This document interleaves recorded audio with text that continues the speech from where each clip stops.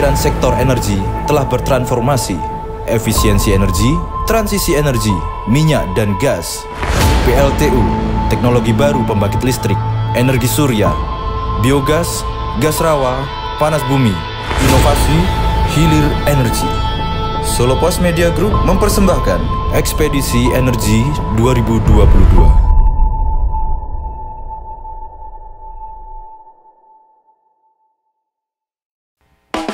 Solo Pos Media Group mengadakan Ekspedisi Energi 2022 dengan mengusung tema inovasi energi untuk percepatan pemulihan ekonomi.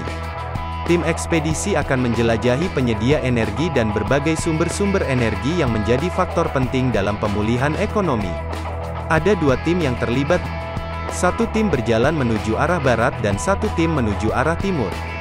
Dalam ekspedisi energi yang kedua ini, kami kembali memotret pemanfaatan energi baru dan terbarukan.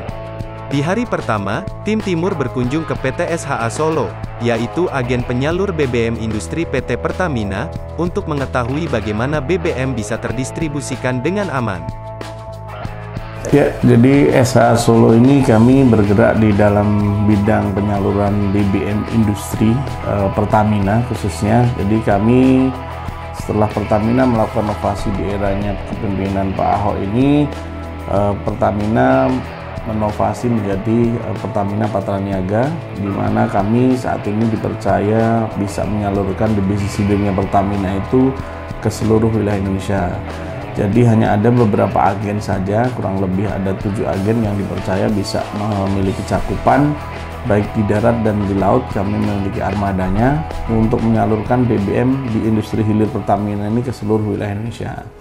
Ya, kemudian kita di sini memiliki armada-armada yang memang kami kembangkan untuk bisa menjangkau wilayah-wilayah yang terpencil, sehingga dalam konteksnya BBM ini bisa tersalurkan dan mendukung peningkatan program pembangunan di Indonesia, karena semua sektor baik itu pertambangan, sektor industri semua membutuhkan BBM untuk melakukan langkah-langkah percepatan. Dan kami sendiri SHA Solo di sini mengembangkan sistem-sistem digitalisasi untuk proses peningkatan pelayanan, juga mendukung proses safety-nya, di mana untuk kegiatan-kegiatan tersebut kami saat ini disupport dari beberapa pabrikan terkenal, seperti untuk armada dat kami dari Mercedes-Benz dan beberapa produk-produk keamanan dari Eropa. Jadi kita untuk penerapan safety-nya menerapkan standar Eropa. Kemudian untuk kapal-kapal kami semua buatan Jepang, jadi kita mengacu pada standar safety tingkat tinggi, di mana kami sekarang sudah berbasis ISO dari TÜV Rheinland dari Jerman. Sehingga dalam konteksnya di perusahaan kami saat ini berusaha mengembangkan sistem distribusi BBM yang terintegrasi dengan infrastruktur yang modern. Bahwa Actros yang 2642 ini lebih efisiensi bahan bakar, tenaganya juga lumayan. Keamanan yang terbaru ini sudah ada sensor, jadi dia kalau nginjak garis mobilnya berbunyi sendiri. Operasional kita di sini udah sopir tinggal naik aja, ada segel dari orang gudang, kita tinggal bawa aja. Saya bawa yang ini 40 KL. Ya, kita di mobil kayak muat BBM ini kita punya beberapa safety ya. Untuk diantaranya kita di dalam kabin ada apar kecil, terus ada switch on off-nya untuk memutus arus listrik dari aki. Terus di luar kita punya apar yang di sini terkena, terus kita punya tombol emergency untuk memutus arus listrik jika terjadi kebakaran. Ya, terus kita juga punya apar di sini. Untuk waktu pembongkaran kita turunkan.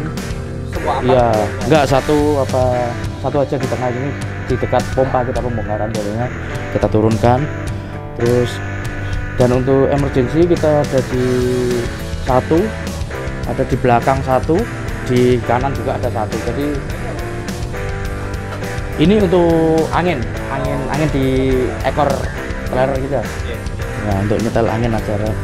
Kalau emergensinya kita ada 3. Jadi di kiri depan 1, di belakang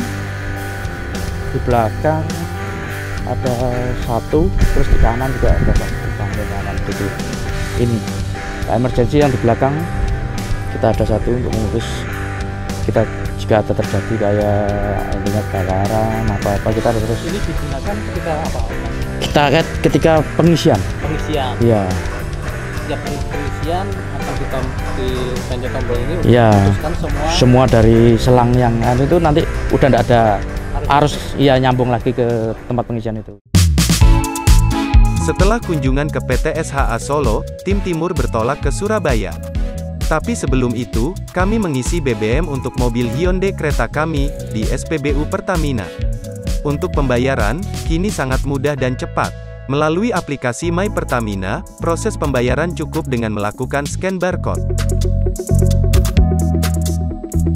Tujuan kedua kami adalah kantor SKK Migas Jabanusa yang berlokasi di Jalan Veteran, Surabaya. dulu tugasnya itu adalah melakukan pencarian dan melakukan pemproduksian minyak dan gas. Kemudian ada hilir. Nah, sebenarnya di tengah-tengah itu ada upstream, ada downstream, di tengahnya midstream biasanya kita lihat. Ada midstream itu biasanya terkait dengan aktivitas transportasinya. Jadi minyak sama gas yang sudah dihasilkan, ditemukan, dihasilkan, diproduksikan akan kita kirim ke para konsumen, baik minyak maupun gas itu kan harus melakukan melalui fasilitas transportasi, gitu. Baik itu bisa menggunakan pipa, bisa juga menggunakan fasilitas yang lain, misalnya LNG misalnya atau CNG itu carrier gitu. Nah, itu truk bisa kita lakukan. Kalau kita bicara mengenai industri hulu migas ini sendiri yang memang udah kita initiate dari awal, bagaimana caranya supaya industri ini ramah lingkungan. Pada prinsipnya sebenarnya sudah kita inisiasi dari awal di industri ini. Karena kita tahu bahwa kita patuh kepada peraturan-peraturan yang terkait dengan lingkungan. Ada AMDAL di situ yang selalu kita patuhi, baku mutu dan lain sebagainya, sehingga kalau misalnya kita sudah dihadapkan lagi pada konsep mengenai net zero emission, maka saya kira itu lebih kepada pengembangannya. Di situ juga kita melakukan upaya untuk mengkonversi kalau bisa sumber energi kita itu lebih banyak menggunakan ke arah gas gitu. Kalau minyak dianggap sebagai sumber penghasil karbon, adanya dianggap sebagai itu, maka perubahan dari minyak menjadi gas itu menjadi salah satu upaya untuk bisa mengurangi kadar karbon untuk lebih ramah terhadap lingkungan, karena gas itu lebih ramah terhadap lingkungan sekitar.